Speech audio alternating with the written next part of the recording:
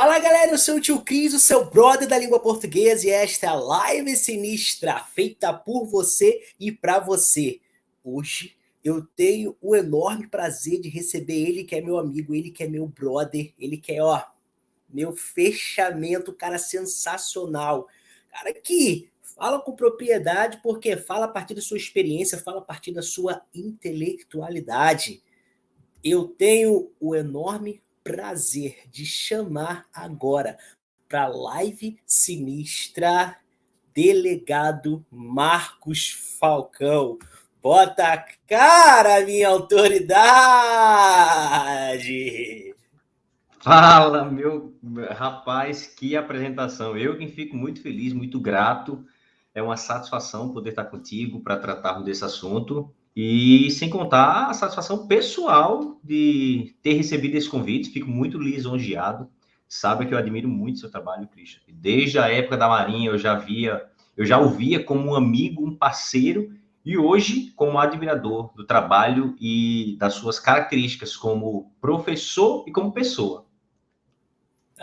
Pô, eu sinto lisonjeado e sabe que a admiração é recíproca, né? A galera que tá ouvindo aí, a gente, né, falar um do outro, que babação é essa? Mas não, aqui Babação. realmente é irmandade, realmente. Eu tenho uma admiração tremenda por esse cara, né? Além de ser meu amigo, além de ser meu brother, é meu inspirador, né? Então, assim, tenho uma enorme admiração.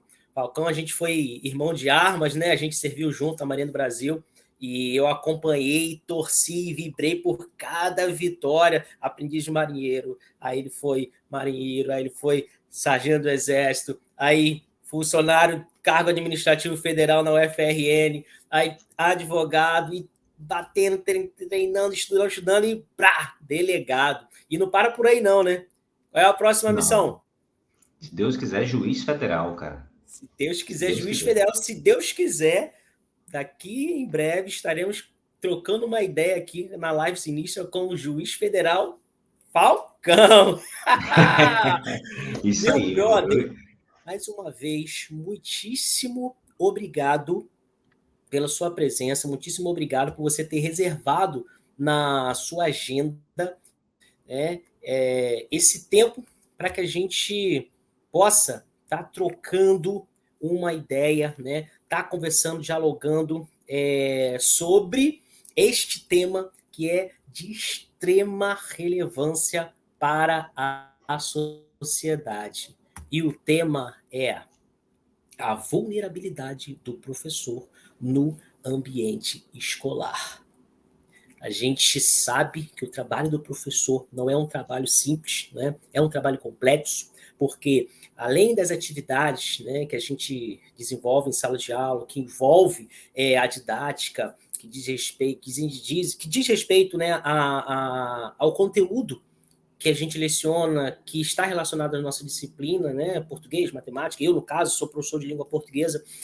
A gente também lidar com diversas outras adversidades que fogem à esfera educacional, e muitas adversidades o professor enfrenta sem ter uma orientação, sem ter um preparo, sem ter uma formação por parte da academia e muito menos respaldo por parte das secretarias, por parte das organizações educacionais. E a gente está aí, né, botando a cara, batendo de frente, assumindo a responsabilidade e muitas vezes sofrendo consequências. Consequências essas que nos afetam tanto moralmente, quanto psicologicamente, quanto fisicamente. E é sobre essa questão que nós vamos trabalhar aqui agora. Falcão, lisonjeado, né, pela sua presença aqui. Em relação à vulnerabilidade moral na qual o professor se encontra, quais são os enquadramentos jurídicos que envolvem, né, essa questão, principalmente no que diz respeito à criança, ao adolescente, ao longo da história? Eu falo dessa forma porque a matéria-prima com a qual nós, professores, trabalhamos é a matéria-prima mais importante que tem no mundo, que é o ser humano, né? Que é a criança, que é o adolescente. E Conta um pouquinho para a gente aí sobre essa questão, né, da perspectiva jurídica ao longo da história em relação à criança e adolescente. Perfeito. Concordo plenamente, Christopher, que o tema é sensível e que precisa ser debatido. Nós vimos recentemente, ao longo de diversos estados do Brasil, atos que causaram pânico de ações criminosas dentro do ambiente escolar, e cada vez mais o tema nos preocupa, porque isso não é um problema recente, e pior, não tem um panorama de soluções posta na mesa para ser aplicada. E não é recente também, porque, vejam, é necessário a gente entender o contexto do Brasil no espaço e no tempo para a gente saber que momento nós estamos hoje. A criança e o adolescente nunca foi uma preocupação como sujeito de direito. Você vê que quando a família real veio para o Brasil, e o Brasil ainda era o Brasil colônia, quando nós tínhamos vigente aqui as emanações de Portugal, criança de até 7 anos, na verdade, não havia essa separação de criança e adolescente. Dizia que a pessoa, a partir de 7 anos, é penalmente responsável pelos seus atos. Traduzindo para o tempo de hoje, no Brasil colônia e nos primeiros anos do Brasil império, qualquer um que cometesse um crime a partir de 7 anos seria responsabilizado penalmente. Olhando hoje, imagina uma criança de 7 anos parar no banco dos réus.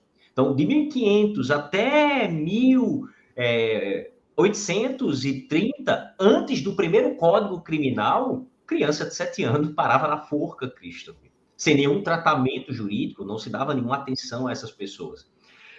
Em 1830, quando nós tivemos o Código Imperial, aumentou para 9 anos. Ou seja, como assim? Uma criança com 9 anos, uma pessoa em desenvolvimento com 9 anos já era responsabilizado penalmente. E isso ficou no Brasil Império inteiro, essa idade. Depois, quando nós entramos no Brasil República, aí tivemos legislação que trouxe para 14 anos. E somente com a Constituição de 1988 é que nós chegamos à idade de 18 anos. Veja, a Constituição é tida como a nossa Carta Magna, como uma grande evolução social, de debates, e que nós chegamos nela depois de períodos duros da ditadura militar. Então, 18 anos foi uma idade para se entender que a pessoa tinha capacidade, desenvolvimento suficiente para enfrentar as consequências de um ato criminal. Beleza. Essa é a parte evolutiva da idade. Saímos de 7 para 18. Segundo, na década de 20, 1920 até 1970, ou seja, 50 anos, no Brasil vigorou o que se chamou de doutrina do menor. O que era isso? Os menores de idade abandonados, principalmente aqueles reféns dos problemas sociais, do abandono, moradia de rua e etc., que a gente vê hoje em dia, era tratado como coisas. Pessoas que precisavam ser afastadas do convívio social para ser trancadas até que elas voltassem a ter condições de conviver socialmente aos 18 anos. Então, o Código Melo Matos foi a primeira legislação que veio dar um tratamento a esse problema. Por isso, o menor era tratado como objeto. Era retirar da sociedade, trancafiar e dar castigo até ele entender e voltar para a sociedade pior do que entrou. Em 1970, começou-se uma doutrina diferenciada e com a Constituição de 88, nós chegamos ao ponto que nós estamos hoje. A criança e o adolescente como sujeito de direito, necessitado de proteção e amparo para o seu desenvolvimento integral. Show de bola. A Constituição garante isso. 2 anos depois, nós tivemos o ECA, a Lei 8.069, de 90, que trouxe também um microsistema de proteção às crianças e adolescentes. E aí nós já temos uma grande divisão. O que é criança? De 0 a 12 incompletos. 12 anos e 1 minuto até 18 anos incompletos é adolescente. Acima de 18, completou 18, 1 minuto depois do aniversário, já é adulto, é pau na muleira, como adulto. Essa parte histórica é para a gente entender que as coisas não avançaram da mesma maneira. Enquanto nós estávamos com a Constituição já trazendo essas garantias, essas pessoas nem eram observadas. porque nós ainda nos estava no código Melo Matos. Só com o ECA é que começou a vir à tona toda uma proteção jurídica. Posteriormente, nós tivemos o Sistema Nacional de Aplicação Socioeducativa, que é a lei do SINASE. Então, ele veio regulamentar a aplicação das punições para os adolescentes infratores. Beleza. Visto esse cenário histórico, é importante que a gente divida, Cristo. Criança não pode sofrer consequências. Porque a criança, ela tem a sua área de vulnerabilidade muito maior. A pessoa de 0 a 12 anos está iniciando uma projeção de vida. Então, o que o ECA traz, o Estatuto da Criança e do Adolescente? Medidas de proteção. Medidas de proteção. Nós temos um órgão responsável por essas medidas, nós temos uma atuação constitucional desse órgão. O ECA traz uma série de atribuições muito forte, e esse órgão é o Conselho Tutelar. É como se fosse, ele é o grande ator desse cenário. Os conselheiros, eles são eleitos pela comunidade e eles devem se envolver desses problemas urgentemente, para poder dar uma solução à luz das ferramentas do ECA para as crianças. Ponto. Agora, entre os adolescentes. Adolescente de 12 a 18, ele não comete crime, porque a gente não pode dizer isso, uma vez que somente comete crime quem é maior de 18, capaz e imputável. O adolescente comete um ato infracional. E o que é um ato infracional, Falcão? É qualquer conduta considerada como crime ou contravenção penal. Se tiver previsto no Decreto-Lei 3688 como contravenção e o adolescente praticar, eu não vou dizer que ele cometeu uma contravenção. Eu vou dizer que ele cometeu um ato infracional análogo à contravenção. O adolescente roubou, mas ele não cometeu um roubo. Ele cometeu um ato infracional análogo ao roubo. E aí a gente tira o Código de Processo Penal de cena, porque o Código de Processo Penal tem todo o rito, tem todo um sumário de órgãos envolvidos. Não é isso. A gente traz para esse sistema e aí a gente começa a trabalhar. Começa a trabalhar em cima dos mecanismos. Tem obrigatoriamente que intervir o Conselho Tutelar, o Ministério Público, uma vara especializada com juiz, psicólogos, assistentes sociais, uma equipe multidisciplinar que vai atuar na família e pela família, e isso ninguém vê. Quando o Estado... Olha que nós não falamos de professor ainda, nós estamos falando Exato, a gente está contextualizando. É importante essa parte aí, você que está acompanhando a live aqui agora, e cadê? Ele vai falar sobre o professor? E não sei o quê. Lembra que lá no início eu falei que, olha, vamos falar primeiro sobre a matéria-prima com a qual o professor trabalha, que é o ser humano, que é o estudante, né? Que é aquela pessoa que está em contato direto com o professor, para a gente poder entender a ação do professor. Porque foi importante você falar isso aí, Falcão, porque é o seguinte, a ação do professor, ela é para e por o aluno. Ou seja, ela é pelo aluno, ela é para o aluno. Então é lógico que essa informação que o Falcão está nos trazendo é extremamente relevante. E isso é repertório sociocultural, hein? Você que está aí, vai fazer o Enem, se liga nessa questão aí, porque isso aqui é repertório sociocultural, isso aqui pode ser trazido para sua redação, para você ticar lá o eventozinho da competência 2 do Enem. Né? Então, continua.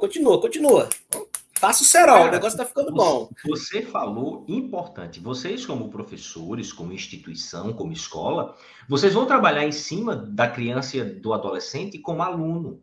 Só que antes disso, eles são sujeitos de direito de proteção do Estado, eles estão integrados numa família como membros, e eles, primeiro, o Estado não dá assistência, a mãe não tem creche, a mãe não tem suporte, a família é desestruturada, um ou ambos os genitores, às vezes, e muitas vezes, o que é comum, estão presos, estão inseridos no mundo do crime, tem dependência química, não tem emprego ou é um subemprego, tem as deficiências das áreas de periferia que o Estado negligencia, tem a violência policial. E aí essa pessoa pequenininha vai se formando nesse contexto. Primeiro, como filho, não tem estrutura.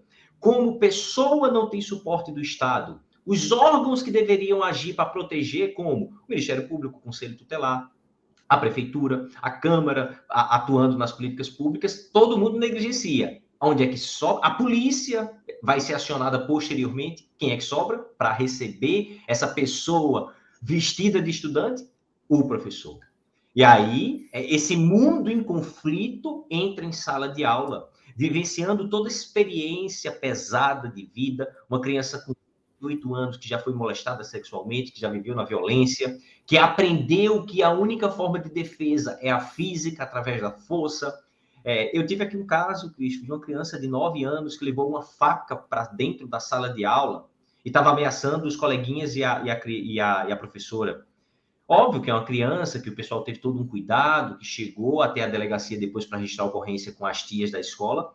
Mas quando você vai conversar minimamente e entender o contexto, o pai já tinha sido processado por homicídio, a mãe era usuária de droga que estava internada. Aí você pensa, quantas instâncias já faliram para o professor em sala de aula ter que suportar uma ameaça de uma criança de 9 anos com a faca? Onde isso é normal?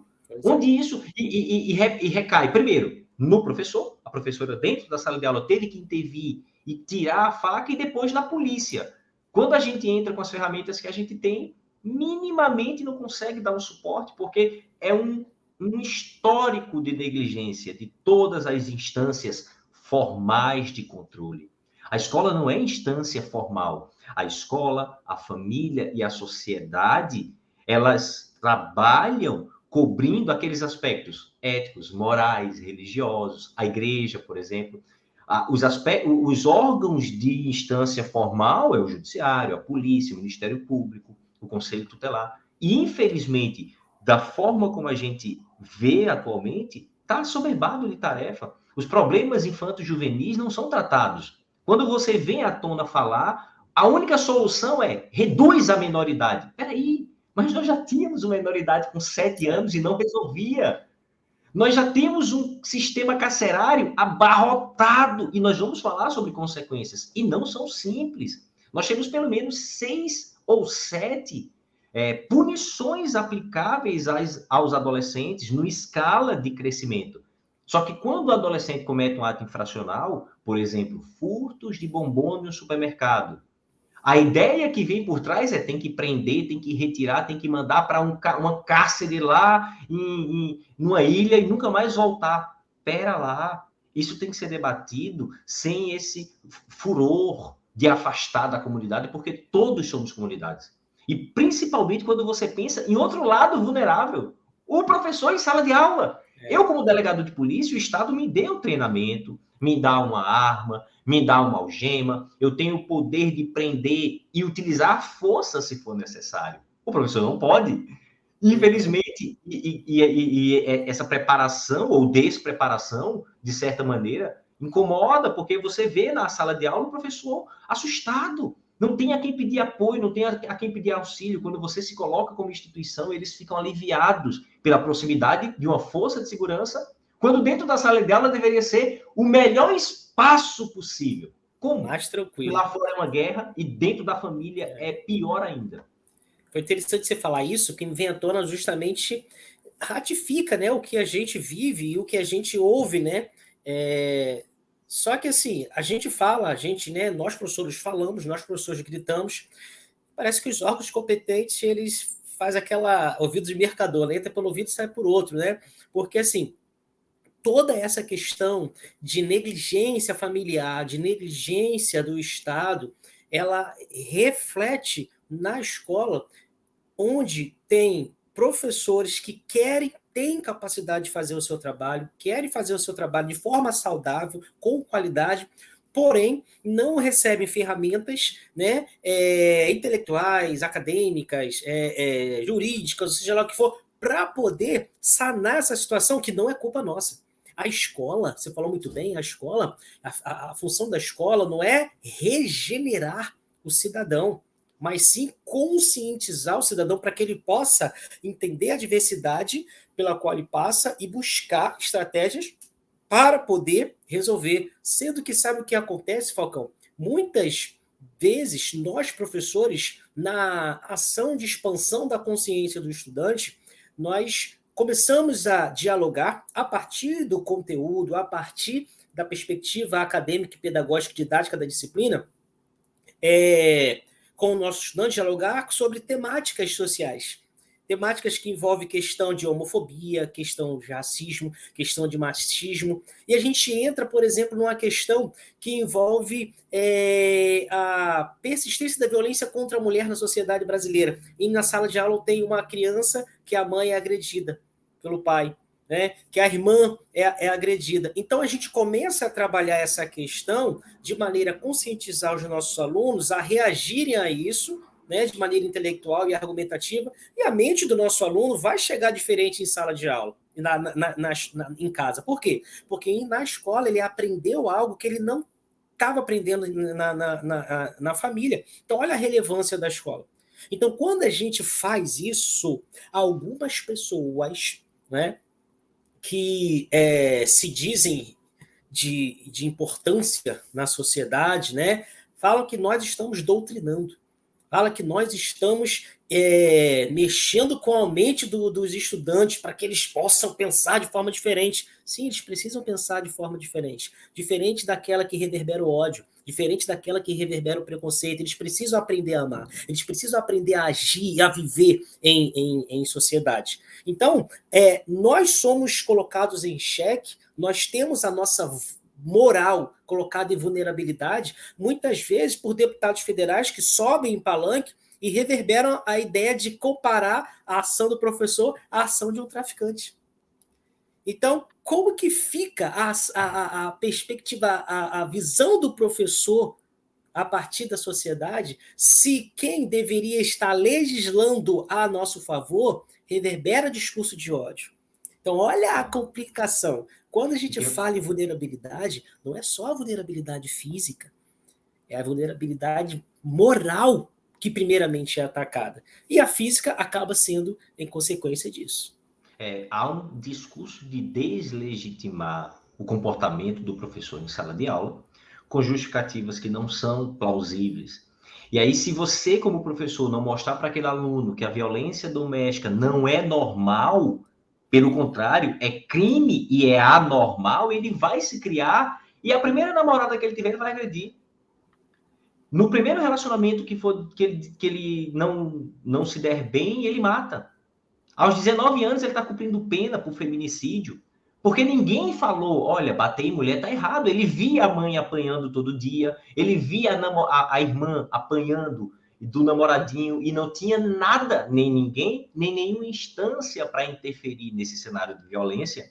E aí, você dentro da sala de aula, falando para ele que tá errado, ele incorporando isso e em casa falando, ele é o diferente. Como assim?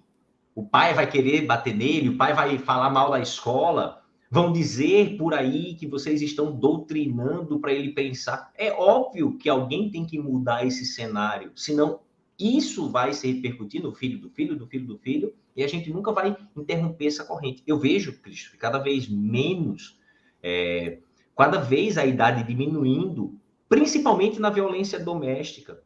Um namorado de 19, 20 anos, quando termina o relacionamento, não aceita, parte para cima, joga água quente, ácido, sequestra a garota, passa horas com ela, com a arma de fogo ameaçando, porque ele aprendeu em casa que a mulher é objeto. E a escola acaba sendo amordaçada quando deveria falar. E isso, como o professor é o elo fraco, ele não vai sozinho, porque ele vai sofrer consequência. Não sei você, e não sei onde você buscaria, mas há uma instância dentro da sua escola que te dá esse suporte. No momento que você é atacado na sua função, eu digo Christoph, professor, quando você se pronuncia e você é atacado na sua função pública, tem alguém que te defende? Tem alguém que vai à tona para defender as suas prerrogativas de sala de aula, autonomia didática? Isso é Constituição. Ela fala, o professor tem autonomia didático-pedagógica. E não é questão doutrinária, é questão de liberdade de cátedra. Alguém te defende? Essa pergunta é extremamente relevante. Por quê? Porque ela me faz fervilhar, né? Por quê? Porque não tem quem nos defenda.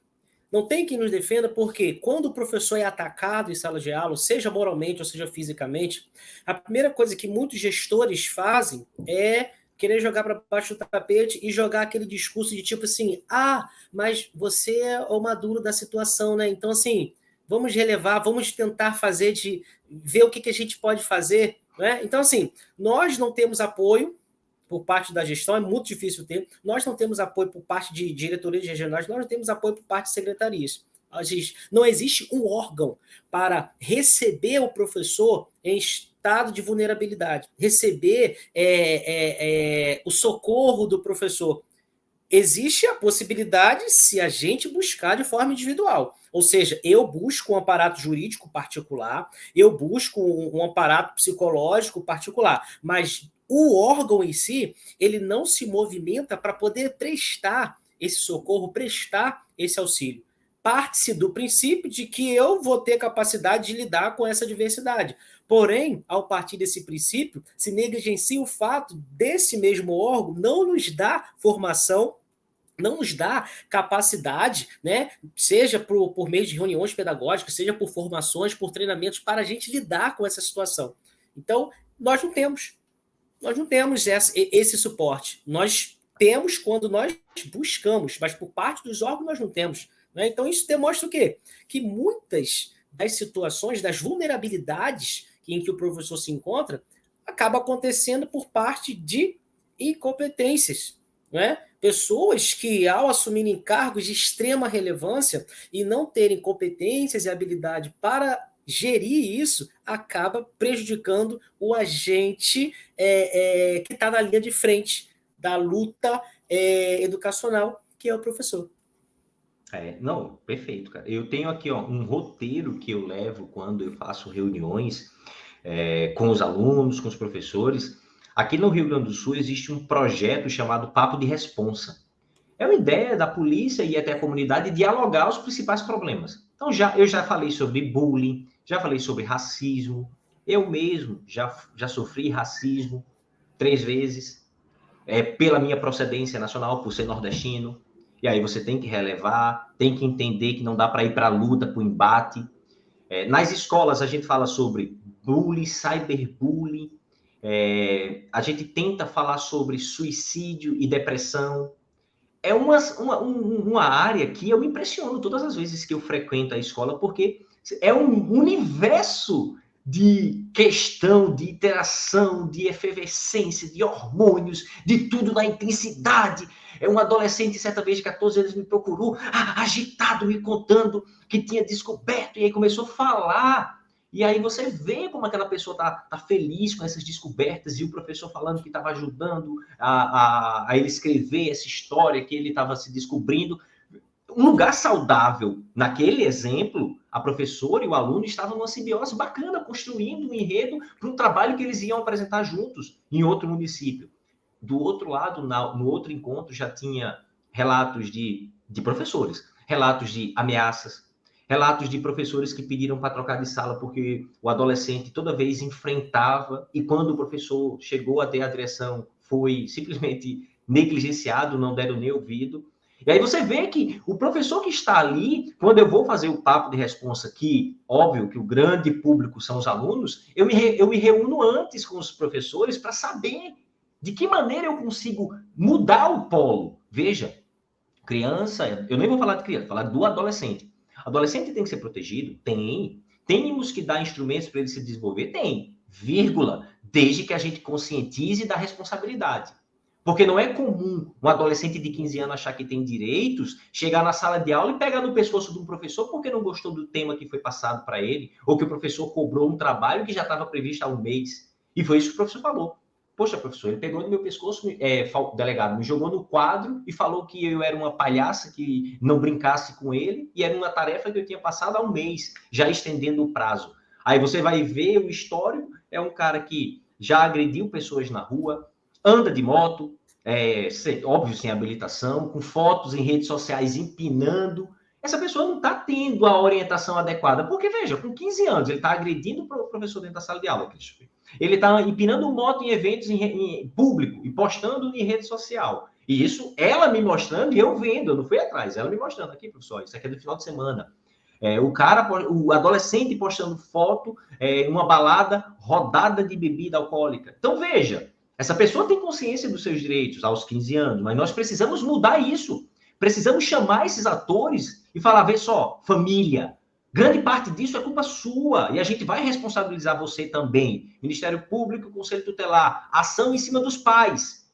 Por enquanto, não falamos de professor, porque o professor ele está em outra instância. Depois, a gente vai para o Estado. Cadê a assistência social? Cadê o trabalho de acompanhamento da família? Não tem.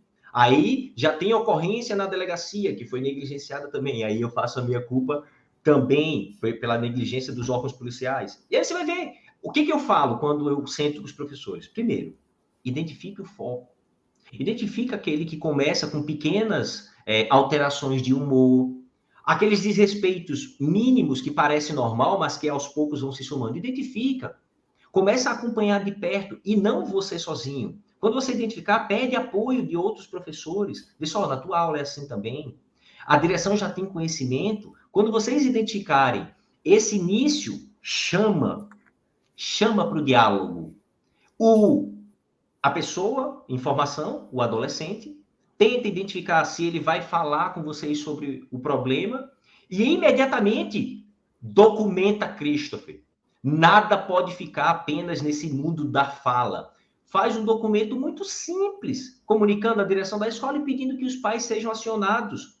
E não deixa de mandar isso junto com o conselho tutelar. E ainda é no plano informal. Olha, direção, na tarde de hoje, identifiquei que o aluno está com um discurso de ódio, falando mal das meninas em sala de aula. Eu gostaria de uma reunião, não sei como se chama, mas alguma coisa de pais e mestres para falar sobre isso. Reunião. E aí a direção... Os pais para uma reunião particular. Exato. A direção, num plano assim, abstrato, chama a responsabilidade para si e fala, professor, deixa comigo, que eu chamo os pais e você expõe e eu te protejo.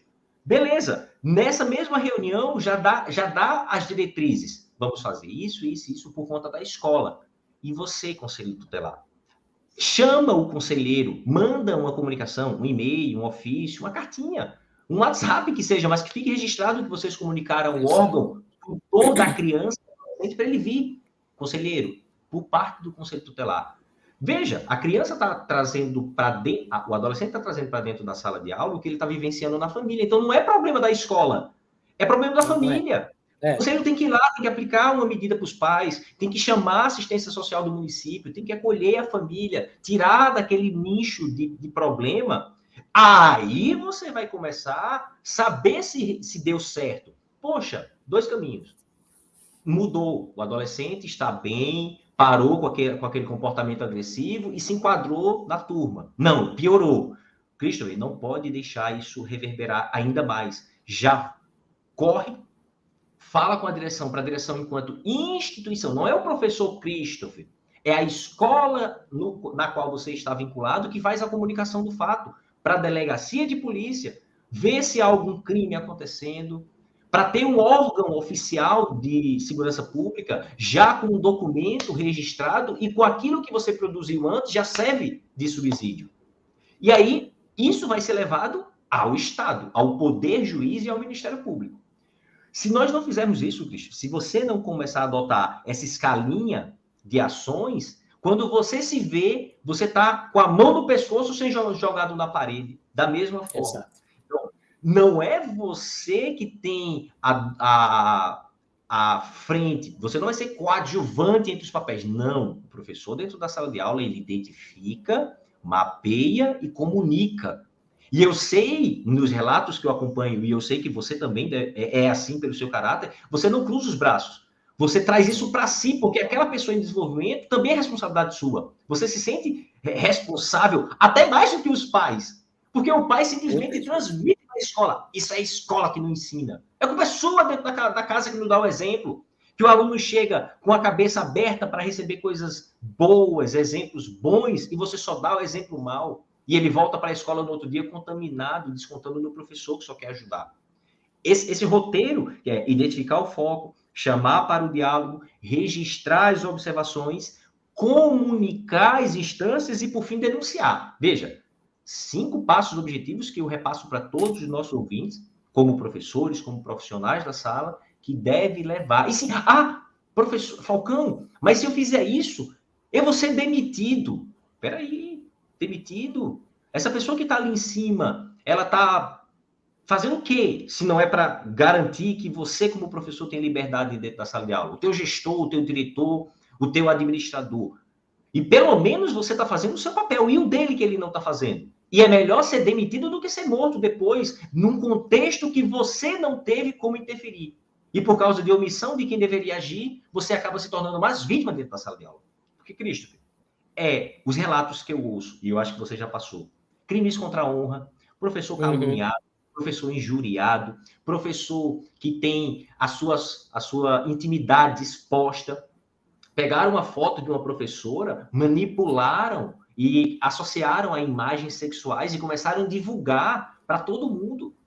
E aí, isso, num primeiro momento, fica entre a escola, depois a rede social não tem controle, expande para a comunidade inteira e está lá a foto da professora associada a uma imagem sexual. Cadê a moral dessa pessoa? E é uma pessoa casada, uma pessoa com filhos. Já pensou, por mais fake que seja, essa foto sexual chega nos filhos dessa professora, pelo amor de Deus, como ela vai ficar no seu psicológico? Eu duvido que o município, o Estado, vai dar o suporte psicológico, a assistência que ela precisa.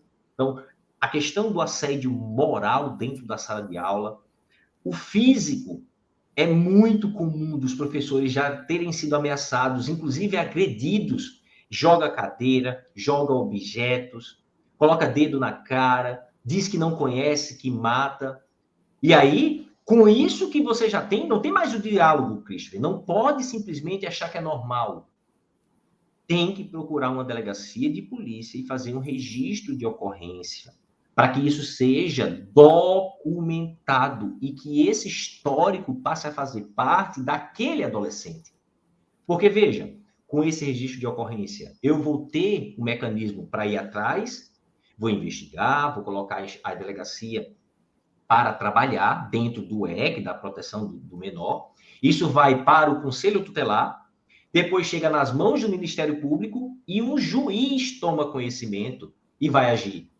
E a família vai ser chamada obrigatoriamente, Christopher. Então, veja, eu nem falei da escola. A escola nem aparece aqui, porque você é vítima. Estou falando de 5 agentes que vão ser acionados porque você acabou sendo agredido num direito que é deles. Veja, o adolescente tem direito à integridade física? Sim. Segurança? Sim. Proteção? Sim. O professor tem direito à proteção? Sim. A integridade física? Sim. A honra? Sim. E por que eu não vou aplicar essa lei que foi feita justamente para eles? Porque a maioria dos casos são abafados pela instituição porque não quer se expor. Porque alguns estão ali para garantir um cargo comissionado. Infelizmente, tu vê isso. As maiores omissões são da direção da escola e não dos professores. Alguns, inclusive, já falaram para mim, professor, se eu falar, eu sou demitido porque eu sou contratado temporário. E aí você vai ver cenário nacional, chacinas enormes acontecendo, porque o professor vê o bullying acontecendo e não consegue interferir, porque na interferência dele vai chamar a família, vai abrir o problema para todo mundo conhecer e a escola passa a ser, olha lá, aquela escola é problemática. Não, o problema já existe. O problema é que ninguém quer falar sobre isso. Agora aqui, né, Chapecó, depois no Paraná de novo, Santa Catarina, problemas seríssimos, coisas que a gente, meu Deus, como é que invade uma creche, velho? Crianças pequenas, e o cara mata a machadadas. Jesus, em que sei lá, tu pensa isso nem nos países árabes que estão em guerra, um tipo de situação dessa. Quando você vai ver os relatos, é assim, não, mas isso acontece, os alunos passam por esse problema, os alunos são negligenciados em diversas partes, sabe? E aí é o dever moral de agir, que muitas vezes fica só com o professor, isolado, vencido e solitário. Por isso que é tão importante o projeto Papo de Responsa, quando eu vou, eu sempre me coloco à disposição. Sempre vou antes, uns dias antes, para falar só com o corpo de professores, falo com os alunos de uma semana, depois a gente retorna para falar com os pais. E é incrível, na dinâmica que a gente faz, os pais jogam a responsabilidade para o professor. Sim, mas a professora é isso, isso, isso. Ok, você acompanha seu filho? Você sabe o que ele está fazendo? Você sabe os deveres, as lições, o material e etc? Não, porque eu trabalho o dia todo. Então, como é que você está criticando o trabalho da professora se você não acompanha minimamente o desenvolvimento intelectual, cognitivo do seu filho em casa? E você quer que o professor cubra o cognitivo, o social, o emocional e todas as áreas que caberia a você como mãe e pai. Sabe, Christian? É incrível, cara, assumir esse papel. E quando você assume um papel que não é seu, aí a coisa piora. Porque além de não ter formação, não ter apoio, não ter recurso, você se sobrecarrega e depois ainda é exposto pela mídia. Vê, sai no jornal assim, ó, professor agride adolescente, assim, ó, professor agride aluno em sala de aula. A matéria Sem não contexto, sem tem nada. contexto nenhum. Aparece uma foto translúcida para não identificar e já vem uma pancada assim, ó. Professor fulano de tal, bota teu nome, tua idade e diz que o professor lá, a matéria destrói a vida do professor. Ele corre risco de vida, ele corre risco de ser linchado, ele é exposto, ele sofre as consequências pessoalmente. Quando vai ver o outro lado da história, o professor só se defendeu, só protegeu o seu, para não apanhar, ou pelo menos não deixar que o aluno batesse em outros alunos. Essa é a primeira matéria. A segunda matéria é assim, ó. Adolescente infrator comete ato infracional. Peraí, fala o que ele fez. O cara entrou numa escola e tentou esfaquear o professor. Fala assim, porque quando tu falar assim, um monte de gente vai vir questionar e um monte de muros vão cair. Vê como a mídia manipula a informação para trabalhar a cabeça das pessoas de maneira errada. Essa fala sua é extremamente importante, porque traz à tona a preocupação que a gente precisa ter com as informações e a maneira como as informações são passadas por meio dos veículos midiáticos. Porque as construções enunciativas midiáticas, quando elas são produzidas de forma tendenciosas, ela tem uma forte possibilidade de prejudicar o professor. Porque se tem aquela ideia de que a criança ela é a super protegida. A gente entende, por meio da contextualização que você nos trouxe, que o ECA ele vem sim para respaldar a criança e dar direito da proteção, porque em outrora essas crianças, esses adolescentes não tinham isso. Porém, a gente não pode só ficar na ideia de super proteger um adolescente que comete infrações e deteriorar a imagem do professor que está ali muitas vezes para fazer um trabalho que não é dele e tentando regenerar aquela criança. Então a mídia ela age contra o professor. Né? E por que muitas vezes a mídia age contra o professor? Porque muitos veículos midiáticos são organizados, são geridos, são propriedade de políticos que não querem que o trabalho educacional seja desenvolvido. Então, a gente não tem só uma ação social contra o professor. A gente tem uma ação política. Quando não se se elaboram leis que privilegiam a atividade do professor, é uma ação política contra o ato de educação. Quando se tem leis que determinam aumentos salariais, por exemplo, que é o mínimo que o professor precisa ter para trabalhar, um salário digno, e há uma inviabilização por parte de alguns governantes, a gente está tendo uma ação contra o desenvolvimento educacional. E a mídia é de extrema relevância para essa luta. E quando a mídia ela vem atacar o professor, por quê? Porque o ódio ele vende mais. A fofoca ela vende mais. Aquela questão de deteriorar a imagem vende mais. E se reverbera essa questão. O professor estando em vulnerabilidade moral, vulnerabilidade emocional, vulnerabilidade, consequentemente, física. E vê, você falou uma coisa que é óbvio. Olha, escolhas políticas. Vai na prefeitura de qualquer município, vai ter um segurança cuidando das instalações e protegendo as pessoas que trabalham ali. Vai no fórum, tem proteção e segurança das pessoas e das instalações. Vai na Câmara Legislativa, vai na Assembleia, vai em qualquer órgão. Um hospital público tem um segurança fardado ali, cuidando para interferir, para agir, porque, vê, como é que um médico vai sair do seu consultório para ir lá se envolver num tapa com um marginal que está afrontando a ordem e a lei? Aí tem um segurança armado, com força e etc. Por que numa sala de, por que numa escola, que também é um órgão público, não tem esse aparato de proteção? Por que é o professor que tem que arregaçar a manga e partir para a porrada para defender crianças de marginais que invadem a escola para bater? E quando eu falo marginal, é porque já está na fase adulta. O menor infrator dentro da escola é o dia a dia. Todo dia o professor tem que se meter em briga de aluno, tem que estar no meio, evitando que eles se matem, que eles se agridam. Muitos vão armados, e eu tenho relatos aqui de alunos que vão com arma de fogo dentro da bolsa, que já estão associados a facções criminosas e têm o respaldo de grandes líderes do lado de dentro de presídio. Vê o problema. E quando você fala de colocar alguém para fazer a segurança armado e equipado dentro da sala de aula, porque o Estado quer controlar. Não, o Estado quer proteger. E não é porque ele quer, é porque é um dever dele. Você, como professor, você é um servidor público.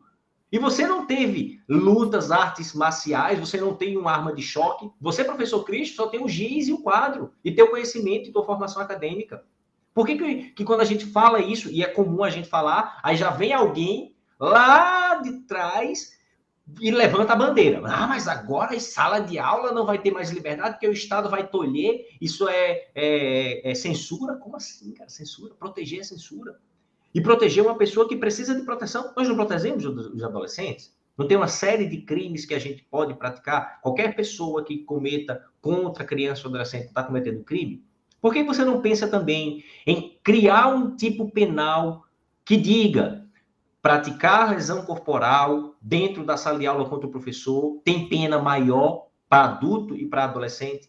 Porque, vê, olha a escala, Cristo, olha a escala. Quando você chega na fase de punição, você, professor Christopher, identificou o problema, tentou interferir com a escola, não conseguiu, não teve solução, a coisa aumentou, você denunciou na polícia. O delegado de polícia agiu, formou todo o processo do adolescente infrator, o procedimento previsto no ECA, encaminha para o Ministério Público, chegou no judiciário, hora de punir. Qual é a primeira punição que é previsto? Advertência.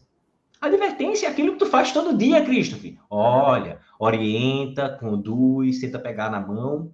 Às vezes o adolescente chega nesse nível e se conscientiza que está fazendo errado. A advertência. Depois, se ele causar algum dano, ele e a família vão ser obrigados a reparar o dano. Tem que reparar. Tem que fazer com que ele sinta no bolso. Não tem dinheiro, família pobre. Pode fazer serviços à comunidade de maneira gratuita, pedagógica, para ele entender na pele que ele saiu da escola, não vai para casa descansar, porque ele vai ficar mais uma hora ajudando a limpeza, ajudando a recolher o lixo, durante 6 meses, 1 ano, para ele ter consciência que errou. Tudo bem, não supriu efeito, aí vai para a liberdade assistida. Tem um profissional que acompanha, tem um programa de acompanhamento para ver se ele vai se adaptar ao convívio. Não deu certo, não deu certo. O último recurso é retirada de liberdade. Aí a gente tem a internação. A internação ela pode durar até 3 anos, Christopher. E é uma internação socioeducativa só no nome, porque ele vai para a unidade prisional. Ele vai para um local encarcerado, com agentes socioeducativos, ele vai ficar no sistema recluso. E é terrível. Não há um cenário que a lei prevê. A lei é linda. Tu olha para a lei e fala assim, olha, se eu fosse adolescente, eu queria morar nesse lugar. Esporte, lazer, educação, saúde, direito à alimentação, respeito. Que história. A lei é criada em Brasília para um monte de pessoa que parece que não conhece a realidade, cara. Utópica, né? É utópica. Utópica. A lei do Brasil é feita para a Suécia, para esse primeiro mundo. Tu vê, eis a LEP, Lei de Execução Penal. É uma fantasia, velho. Nem Alice no País da Maravilha é mais fantasia do que a LEP. E a lei do Sinase é a mesma coisa. Precisa de investimento milionário para que a coisa saia do papel e passe a ser realidade. A consequência ela tem que sair da advertência e só chegar na internação de última razão. E outra, tem que vestir a carapuça, velho. E não é a escola a grande responsável, como estão fazendo. Estão colocando como Judas e tocando fogo no professor. E a gente vê esses discursos recentes de doutrinação, de lei disso, lei daquilo. Não. O grande responsável que atira no próprio pé é o Estado em falência, que deixa o adolescente sem proteção, a família sem amparo, esses políticos que reclamam do professor e o próprio professor como vítima. E quando a coisa estoura, que o professor vem procurar ajuda, veja bem que tal, e começa a tentar amaciar, negativo, tem que responsabilizar. Um professor dentro de uma sala de aula que é agredido, ele tem que ser indenizado, e tem que ser uma indenização do Estado pesado para reparar aquela pessoa que sofreu, que vai passar por um processo de recuperação e etc. Tem que ter, Christopher. Da mesma forma que um aluno agredido dentro de uma sala de aula tem que ser indenizado pelo Estado por causa de qualquer ato que vulnere os seus direitos, o professor também tem. Então, quando a gente começar a ter professores que recebam indenização, que forem indenizados por essas consequências, vamos cuidar. Porque está ficando caro essa negligência. Essa omissão não está legal. Tu entende? E outras instâncias, os conselheiros tutelares têm que ser responsabilizados, porque na maioria dos municípios é apenas cabide de emprego. É apenas aguardar para ser promovido a vereador, para fazer curral eleitoral e usar o cargo que deveria estar protegendo a criança e adolescente para se autopromover. Errado! Tem que ter pessoa, na hora de votação, para essas pessoas serem escolhidas, tem que escolher aqueles que tenham o perfil. Aquele perfil que já vem acompanhando a comunidade, que acolhe, que agrada, para quando tiver no órgão, melhorar o trabalho. E não ser mais um para receber o salário e não fazer mais nada. E tu chama o conselho, não sei se você já passou por isso. Eu já chamei conselheiro para acompanhar o interrogatório de um menor, que não tinha família, que ninguém conseguiu encontrar um responsável, e o conselheiro falou, eu não vou em delegacia. Como assim? O ECA prevê, não estou inventando, não fui eu quem criou o ECA. O ECA diz lá, na ausência do responsável, o conselheiro acompanha. Está lá previsto, eu apenas estou tentando efetivar a lei e o cara não vem. Aí o que eu fiz? Como delegado, tudo bem. Eu estou determinando, eu não vou. Registro de ocorrência por desobediência. Ponto.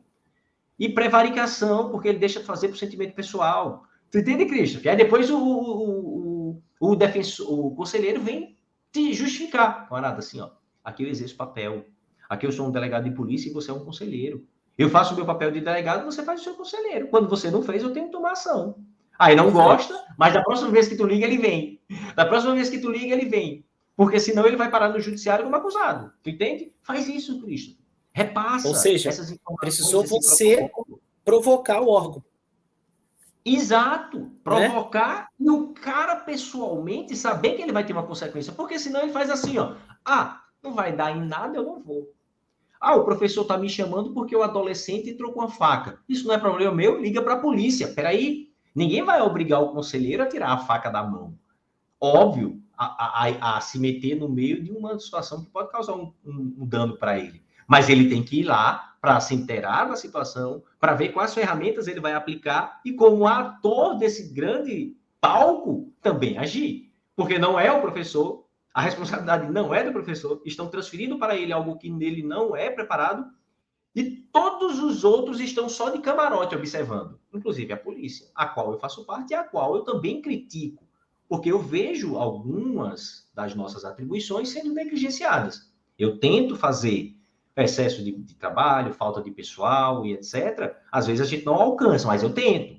Nas minhas limitações, eu vou lá, acolho, vou na escola, falo com a professora, faço esse programa junto com outros e diversos outros policiais no estado, que é o Papo de Responsa, e tem dado um resultado muito bom, porque tu abre os canais de comunicação, e isso vocês na escola têm que ter com o conselho, com o Ministério Público, com a delegacia, e sem formalidade, ligar e falar, olha, tá acontecendo agora, tem 2 crianças aqui que estão se ameaçando e vai dar, tem preciso de ajuda. Alguém tem que ir até vocês. Vai dar BO. É melhor ir antes, para o BO não chegar depois, um monte de problema, cara. Eu lembro que era um sábado de manhã, eu recebi uma ligação de uma repórter. Delegado, o senhor poderia dar uma entrevista? Eu, sobre o quê? sobre a briga que teve na escola. Que escola? Não, teve uma briga ontem, vou mandar o vídeo para o senhor. Cara, a repórter soube primeiro que eu. Como assim? E eu não sabia de nada. Aí eu falei, não, veja, é sábado, segunda-feira eu me intero. E eu não sabia, teve uma briga grande dentro da escola por causa de uma questão lá que envolvia política, era bem na época das eleições, e saiu no tapa, envolveu família, envolveu pais, e 2 adolescentes quase se matam lá a facadas. Diz aí, Cristo. E aí tu não sabe, eu não sabia. Eu fiquei Professor não, vulnerável. imagina os professores dentro da sala de aula, vendo aquilo e tentando intervir, os caras na facada, liga para os pais, quando os pais chegaram, ao invés de intervir, foram brigar entre si. Virou uma guerra dentro da cidade. E a professora desesperada, né? A única coisa que eles puderam fazer foi ligar e alguém filmou, botou na mídia, pronto. Virou o cenário. Já era. Já era. E assim, ó, por que o repórter liga? Ele quer o furo. Ele quer saber quem vai ser preso. Ele não quer discutir o problema que gerou a briga. Não. Ele não quer chamar a sociedade para o debate. Ele não quer abrir aquele meio de comunicação aos aspectos socioeducacionais. Ele não quer chamar o professor e dizer, vamos conversar contigo. O que tu tem de problema para a gente trazer a comunidade para enfrentar o teu lado? Não, porque não vende. Ninguém vai querer saber. Ah, não. Eu quero saber se morreu alguém. É isso, velho. É isso que a gente olha. Tem uma série da Netflix que fala sobre isso, né? O Black Mirror. Um dos episódios, a mulher tá sofrendo lá e sendo perseguida e um monte de gente só filmando e olhando. É isso, o professor tá apanhando. Os outros alunos dentro da sala de aula só sacam o telefone e filma. Ou seja, é a comercialização do mal, né? Banalização, cara. E é um problema gravíssimo, porque quando você subverte essa lógica, eu lembro, cara, na minha época eu não era santo dentro da sala de aula, muito pelo contrário, eu era endiabrado. Mas eu nunca levantei a voz contra o professor. Eu ia até o limite dele olhar para mim e falar, Marquinhos, para. Baixava a cabeça. Numa brechinha eu já estava ali. Porque quando eu chegava em casa, que vinha uma reclamação, era uma surra de mangueira, Cristo.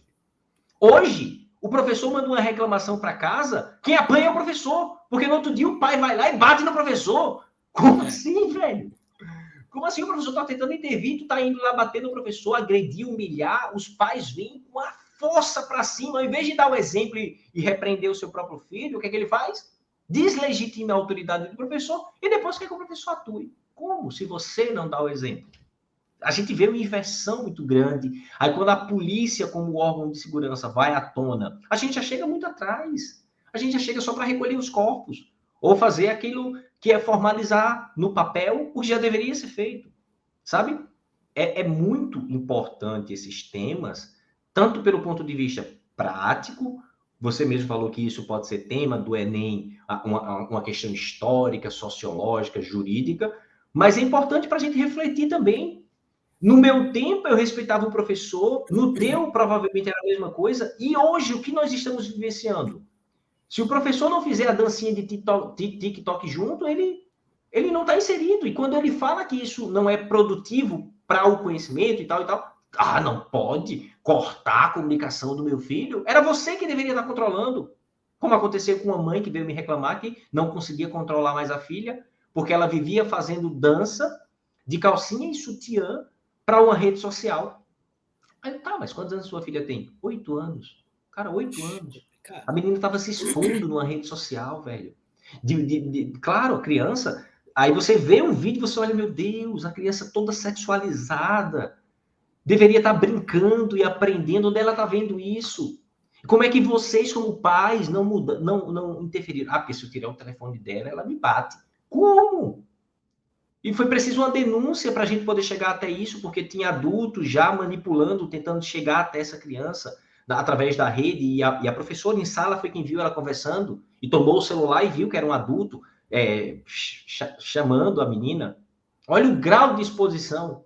E olha como o professor tem que sair do seu lado do trabalho para ir até lá, ver só, deixa eu ver isso. E quando olha, conteúdo pornográfico, conversas adultas com uma pessoa de 8 anos. É grave. E se não tem o cuidado adequado, o professor ele fica tolhido de fazer isso. Porque, vê, professor retira celular de aluna, olha, meu Deus, ele está tolhendo a liberdade de comunicação. Retira em que contexto? Me dá a informação completa, chama o professor para falar, dá direito dele trazer a versão, é só uma versão e aquela que mais expõe. E os demais responsáveis se omitem. Aí, acabam com a autonomia do professor, baixa estima, um universo de potencial completamente frustrado e que eu tenho, o meu cunhado, ele é professor, Cristian. Meu cunhado é professor, ele foi secretário de educação do município, e de dentro você começa a ouvir coisas estruturalmente que precisam ser repensadas. E é isso, cara. É um tema legal, bacana de discutir, muitas coisas legais. O que a gente passa como profissional? Esse roteiro que eu te falei é importante implantar, identificar o problema, Deve chamar ser. para o diálogo, registrar todos os atos acontecidos, comunicar a quem de direito, Ministério Público, Conselho Tutelar, Secretaria de Educação. Se o gestor responsável, direção, não está tomando providência, passa ele. Manda uma carta, manda uma comunicação direta para a gerência administrativa superior, porque vai bater na mão de alguém. Manda para a Secretaria de Educação do Estado, do município. Bota lá, ó, comunicação de fato. Comunique na data de hoje, o aluno na sala de aula entrou com a faca e a direção foi omissa em respeito. Convocado, o Conselho Tutelar também não veio. Solicite providências para minha segurança e dos demais, alunos e professores, e deixa. Se não tem uma resposta num prazo razoável, polícia, aí vamos chamar o pessoal de fora, já que de dentro não quer resolver. É isso. Esse é o nível de escalada e esse contexto que a gente está vivenciando, que precisa ser enfrentado urgentemente, para não termos outros cenários que a gente teve de massacres dentro de sala de aula. Falcão, meu brother, antes da gente se despedir, duas coisas, bem breve, que a gente está chegando no nosso final. Fala um pouco para a gente sobre esse seu projeto aí de Papo de Responsa. Como é que funciona? Foi iniciativa de quem? Foi ideia sua? Como é que é essa parada? Cara, o Papo de Responsa, ele nasceu no Rio de Janeiro. Ele foi uma ideia de um policial que viu que, poxa, cada vez os jovens estavam chegando à criminalidade mais cedo. E ele viu que aquele combate comum não estava suprindo o efeito necessário, pô, repelir a criminalidade. Então ele vestiu uma camisa e foi trocar uma ideia nas salas de aula, velho, com os adolescentes. A ideia era falar sobre violência, prevenção. E aí ele carioca, né? O papo de responsa. E aí ia para as escolas trocar esse papo direto com os moleques da comunidade para falar, velho, olha isso, sim, assim, assim, tal e tal e tal. No primeiro momento, esse cara foi tido como louco. Ah, isso é maluquice, isso é loucura. Esses moleques têm que apanhar, têm que sofrer, não podem estar indo lá dando voz para eles.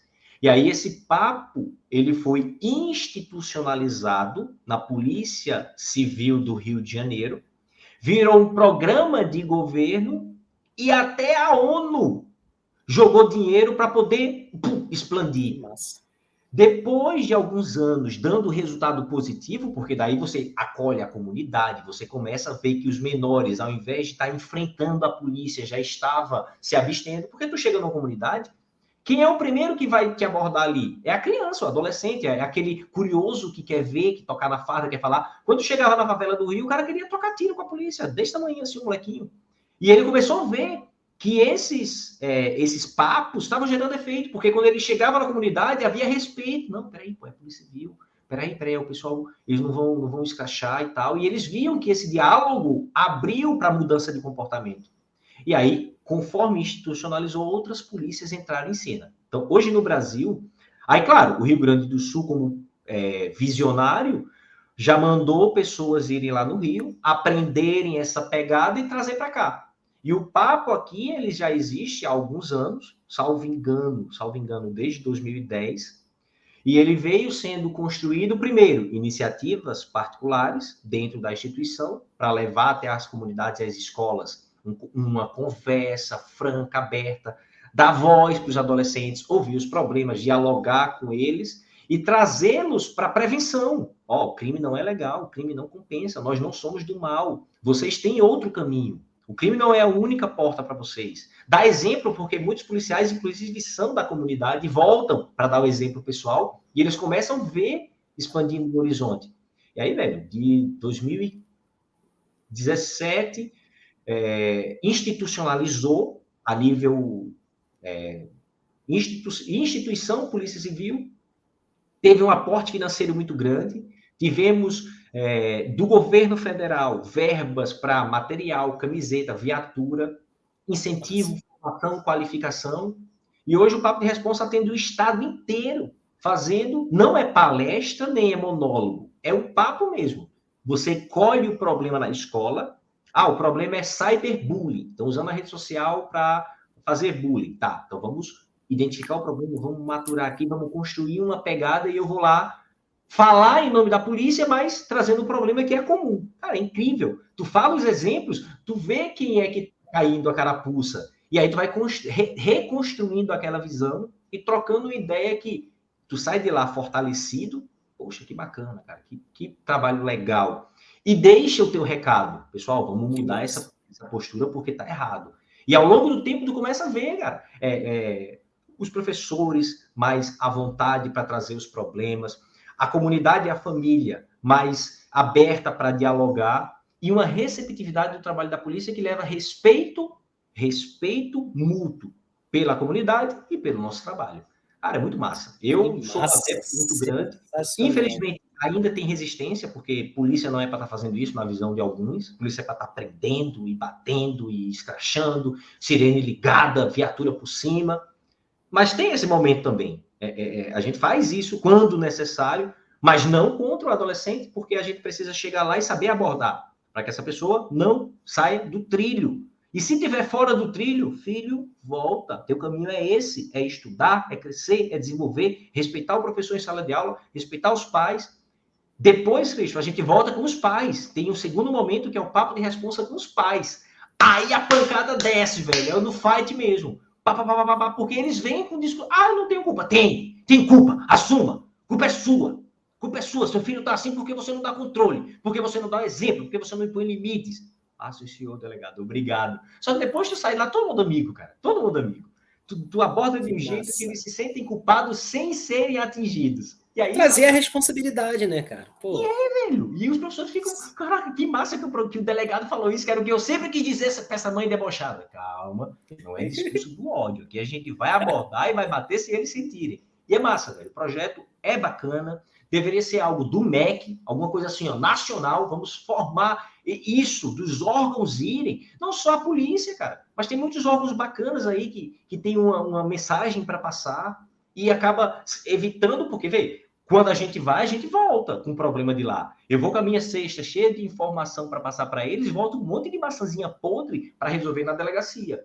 Chamo o pessoal e falo, isso aqui, denúncia de assédio, denúncia de estupro, denúncia de violência sexual, menor envolvido com tráfico, bora, documenta e vamos ver se isso procede. E alguns procedem, cara. Criança sendo molestada pelos avós, mãe e pai que fica o dia todo trabalhando, a menina chega em casa, chega na escola arranhada, machucada, nas partes íntimas, e aí tu vai ver, é o avô que tá bulinando, é a avó que tá batendo, é o tio que fica com a criança, enfim. É isso que tu traz de lá. Então, quando o órgão vem, ele volta com problema e tem que resolver. Ou pelo menos se envolver para tentar construir uma solução. É massa. A energia é muito boa.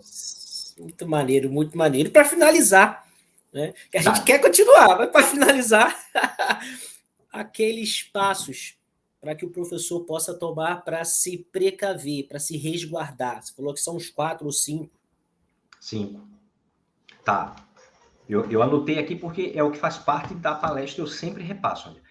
Identificar o foco. Esse trabalho é do professor. Ele não pode se omitir a isso. Até porque é ele quem tem contato, né? E atenção para identificar o foco do problema. O foco é a sala de aula, o foco é a escola, é a família. O foco são terceiros que oscilam na vida da criança, do adolescente. Saber onde é que está o problema. Qual é o fogo? Onde é que está o incêndio? Segundo, chamar para o diálogo. E essa chamada para o diálogo é primeiro interno. Chama o coordenador pedagógico, chama a direção da escola, chama as instâncias que estão ali envolvidas, se tem psicólogo, se tem assistente social, chama o conselho tutelar, olha, eu identifiquei isso, tu já sabe alguma coisa, já chegou até vocês? Não? Então fiquem cientes que está acontecendo. E aí eles vão e vai colhendo esses feedbacks. Terceiro passo, registrar, Christopher. Não basta deixar de boca, de voz. Tem que documentar. Comunico que na data de hoje aconteceu tal, que foi informado ao coordenador pedagógico fulano, que a coordenação tomou conhecimento, que o conselho tutelar também foi informado, para registro, tá aqui, ó, minha comunicação. Terceiro, comunicar oficialmente a esses órgãos e chamá-los, o Ministério Público, o Conselho Tutelar. Tem município que tem um Conselho da Infância e Juventude, o Conselho Municipal, tem pais e mestres, tem associação de pais e mestres.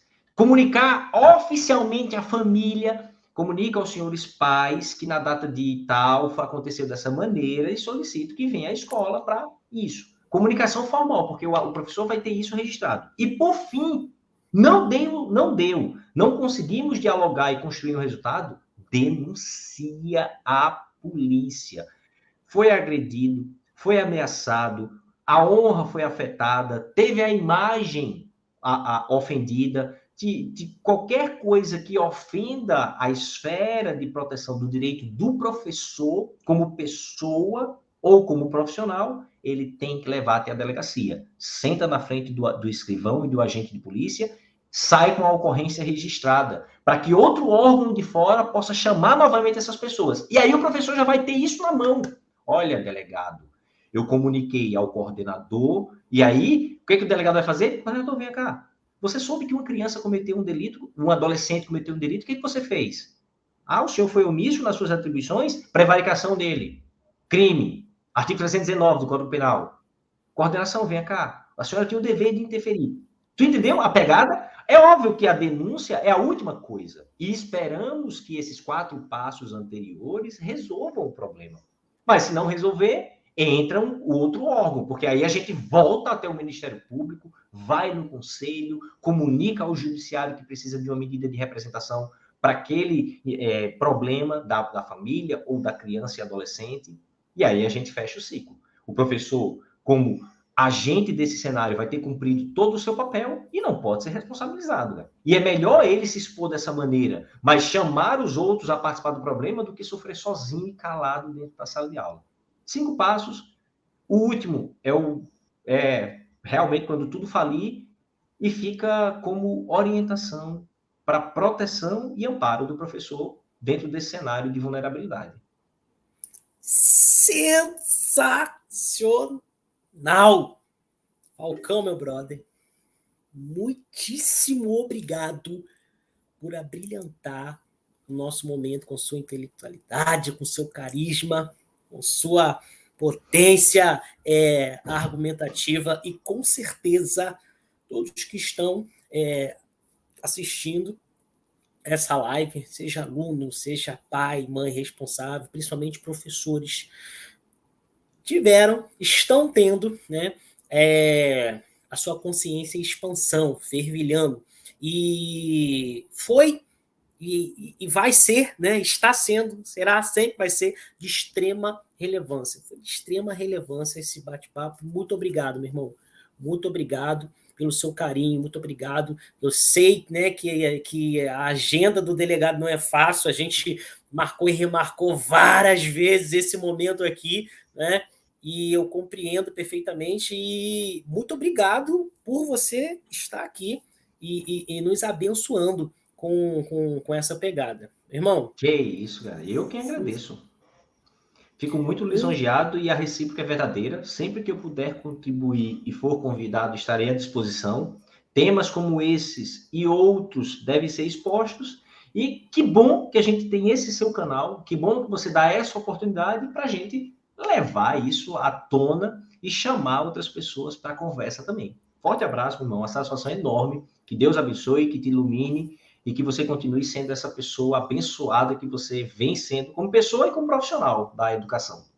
Amém. E quando vier para cá, Rio Grande do Norte, Parnamirim, vamos trocar uma ideia. Né? A gente sempre se encontra. Da última vez você veio foi rapidinho, mas dessa vez a gente vai trocar uma ideia com calma e vai comer uma pizza deliciosa. Meu irmão, melhor pizza que você vai comer na sua vida. Você foi em Recife, você teve Natal, você tá aí pro sul, mas não, mas a pizza da Gutierrez você não vai encontrar em canto nenhum. É Tá uma coisa aceito o convite. deliciosa. E eu sempre falo aqui que, para mim, a melhor é a de 4 queijos. Mas aí, quando você vier, eu vou deixar você escolher o sabor. Ah, então tá fechado, tá fechado. Já deu até água na boca aqui no canto, meu irmão. Ah, então fechou, fechou. Ei, meu irmão, valeu, hein? Forte abraço. Valeu. Abração, Tchauzão. meu velho. Fica com Deus aí. Abraço a todos.